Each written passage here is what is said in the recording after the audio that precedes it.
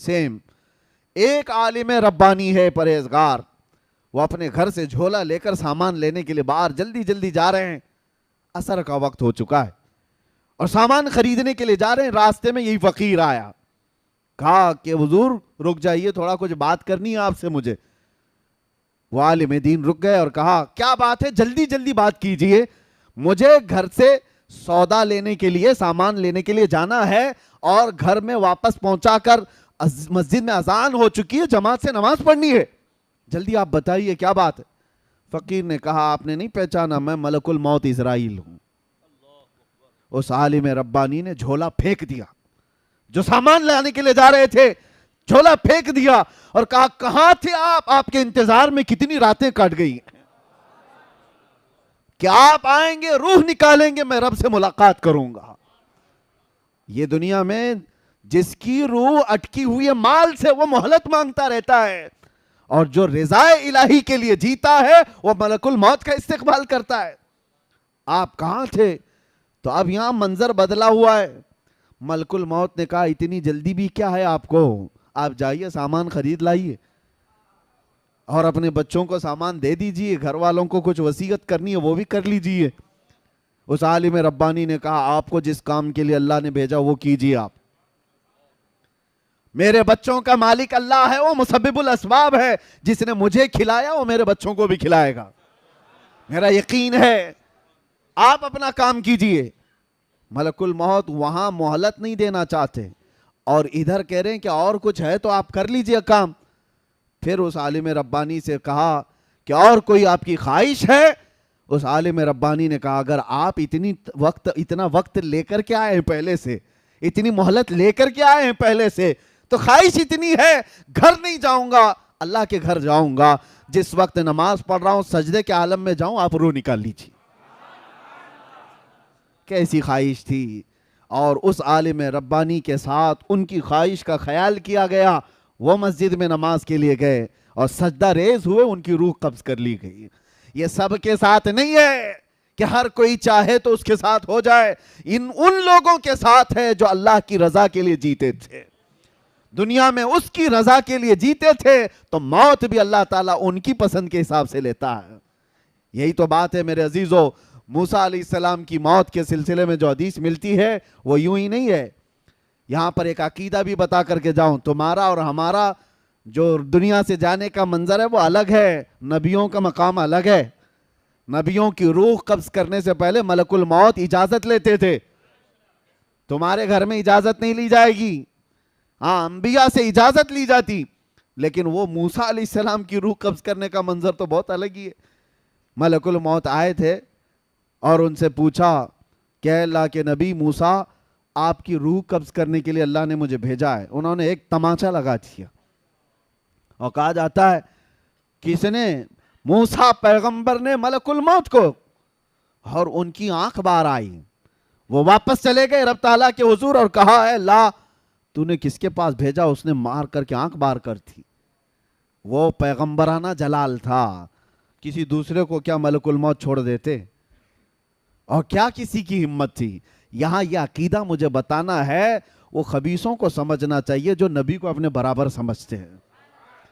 کبھی آپ جو برابر کہتے ہیں بڑے بھائی کے طرح, ہماری طرح بشر تھے, تم بھی ملک الموت کو تھوڑا انگلی اٹھا کے دکھاؤ, پتا چلے گا تم کو کہاں پہنچا دیا جائے گا. وہ نبی کی شان ہے, اللہ اپنے محبوبوں کو یہ طاقت دیا ہوا ہے.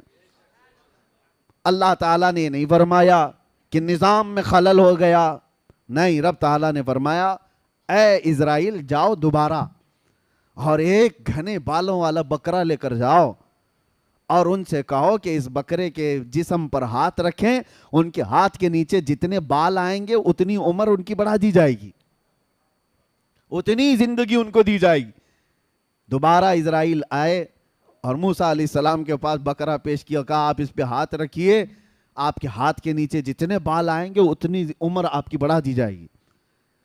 دوسرا کوئی ہو تو کہتا نا کہ 1 سال بڑھ گیا تو چلے ٹھیک ہے, 10 سال بڑھ جائیں گے ٹھیک ہے. موسیٰ علیہ السلام نے کہا ہٹ جاؤ, میں رب سے بات کرتا ہوں. اللہ کریم سے آپ نے کلام کیا اور کہا اے اللہ جب اتنے سال بھی گزر جائیں تب کیا ہوگا؟ رب نے فرمایا موت آئے گی, اسی لیے کہ میرا وعدہ ہے کل نفس ذائقۃ الموت، ہر جان والی چیز کو موت کا مزہ چکھنا ہے۔ موسیٰ علیہ السلام کو اللہ نے کیا فرمایا؟ موت تو آئے گی، جتنے سال بھی ہوں گزر جائیں، موت آئے گی۔ تب موسیٰ علیہ السلام نے کہا جب موت آنا ہی ہے تو اب کیا تب کیا؟ پھر اسرائیل سے کہا کہ مجھے بیت المقدس کے قریب کر دو، زمین کو لپیٹ دیا گیا، آپ کو دم زدن میں بیت المقدس کے قریب کر دیا گیا۔ وہاں پر ایک قبر کھودی جا رہی تھی، اس میں حضرت موسیٰ علیہ السلام لیٹے اور کہا اسرائیل سے کہ اب میری روح قبض کر لو۔ یہ شان ہے نبیوں کی کہ ہر ایک کی موت اس طرح سے نہیں آتی ہے، کچھ موتیں وہ ہیں، اسی لیے موت میں بھی درجات ہیں، موت میں درجات ہیں۔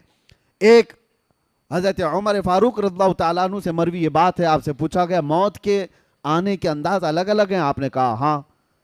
کہا کیسے؟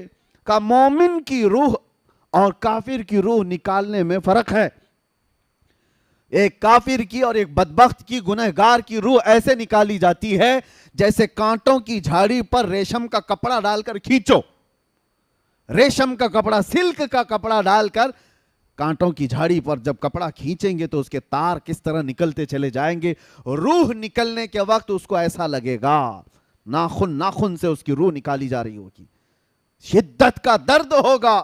اور پھر آپ سے پوچھا گیا مومن کی روح کیسے نکالی جاتی ہے؟ کہا ایسے جیسے میدے کے گندھے ہوئے آٹے میں بال پھنساؤ تو نکال لیا جاتا ہے، ایک بال گندھے ہوئے آٹے میں پھنسا ہو تو اس کو نکالنے میں کیا محسوس ہو، نہ بال کو پتہ چلے نہ آٹے کو پتہ چلے۔ تو آپ کے ہاتھ میں ہے کس طرح دنیا سے جانا چاہتے ہو۔ قرآن میں اللہ نے فرمایا ہے یا ایتھا النفس المطمئنہ ارجعی الی ربک راضیۃ مرضیہ فادخلی فی عبادی وادخلی جنتی۔ کچھ وہ لوگ ہیں جن کے مرنے سے پہلے ان کے کانوں میں یہ آواز آتی ہے اے پاکیزہ جان کے مالک آ جا اپنے رب کی طرف خوشی خوشی۔ اللہ فرماتا ہے میرے بندوں میں شامل ہو جا، میری جنت میں داخل ہو جا۔ اور حدیث پاک میں ہے کچھ گنہگار ایسے ہیں جن کے مرنے سے پہلے کانوں میں آواز آتی ہے یا ایتھا النفس الخبیثہ، اے برے جان کے مالک اخرجی من الجسد الخبیث، گندے جسم سے نکل جا۔ اللہ کا یہ حکم ہوتا ہے گندے جسم سے نکل جا اور میرے بندوں سے دور ہو جا، جہنم میں داخل ہو جا۔ اور وہ اس آواز سے ہی تڑپ جاتا ہے، چہرہ بدل جاتا ہے، موت کے وقت جو ڈر طاری ہو جاتا ہے۔ عزیزان گرامی وقار، موت کے وقت جو حالات آتے ہیں، قرآن کہتا ہے کہ اگر تم دیکھ لو نا فرشتوں کو کہ فرشتے کیسے مارتے ہیں، اور یضربون وجوہہم وادبارہم، ان کے پیچھے ان کی پیشانیوں پر مارتے ہیں روح نکالنے کے لیے، بہت شدت کا درد۔ اور کہا گیا سکرات کا وقت ایسا کہ مکھی بھی اگر اس کے جسم پر بیٹھے تو پہاڑ کی طرح لگتا ہے، اس کے لیے پانی کا ایک قطرہ ایک ندی کے برابر لگتا ہے۔ یہ موت کے انداز ہیں۔ میں گفتگو سمیٹتے ہوئے اب آپ کو بتاؤں میرے عزیزو، یہی بات امام اعظم ابو حنیفہ سے پوچھی گئی۔ اب یہ ہمارے ایمان کی بات کر رہا ہوں، توجہ، کیسے مرنا چاہتے ہو سن لو۔ امام اعظم ابو حنیفہ سے کسی نے سوال کیا کہ سنا ہے بدبخت اور گنہگار کی موت بڑے دردناک انداز سے آتی ہے اور ایک عاشق رسول کی موت بڑی خوشحالی کے ساتھ آتی ہے، وہ خوشی خوشی دنیا سے جاتا ہے، ایسا کیوں ہوتا ہے جبکہ روح نکالنے والا ایک ہی ہے، فرشتہ ایک ہی ہے، درد کیسے ہوتا ہے، روح ایک ہی ہے؟ آپ نے کیا کہا جانتے ہو؟ امام اعظم نے کہا جا سورہ یوسف پڑھ لے تجھے سمجھ میں آ جائے گا۔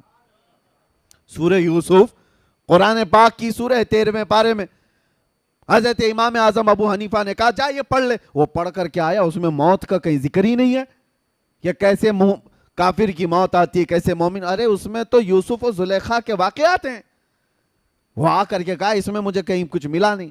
کہا پھر سے پڑھ کر کے آ، پھر پڑھ کر کے آیا، کچھ نہیں ملا۔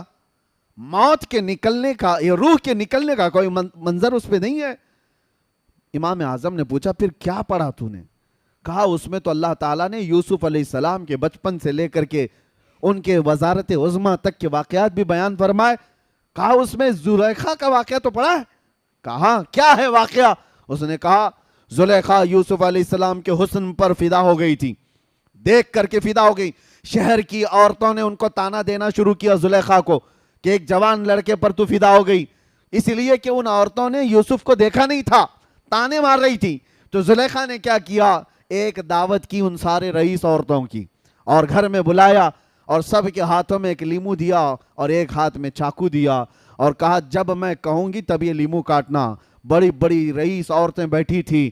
اسی عالم میں یوسف علیہ السلام کو زلیخا اس حال میں بلاتی ہیں۔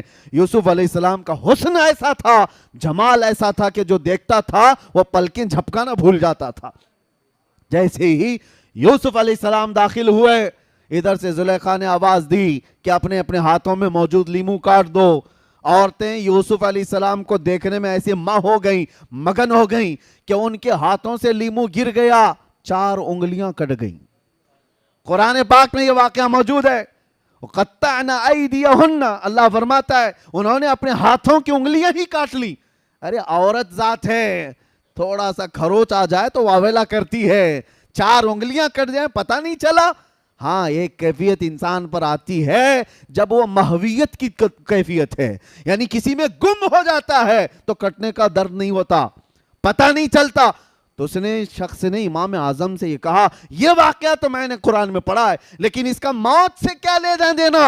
امام اعظم نے کہا اسی سے تو لینا دینا ہے۔ بات در حقیقت یہ ہے ایک مومن صالح، ایک عاشق رسول جب دنیا سے جا رہا ہوتا ہے روح نکالنے کا درد بہت ہوتا ہے، بہت تکلیف تو ہوتی ہے، لیکن ملک الموت ادھر سے آتے ہیں، تاجدار مدینہ ادھر سے آتے ہیں۔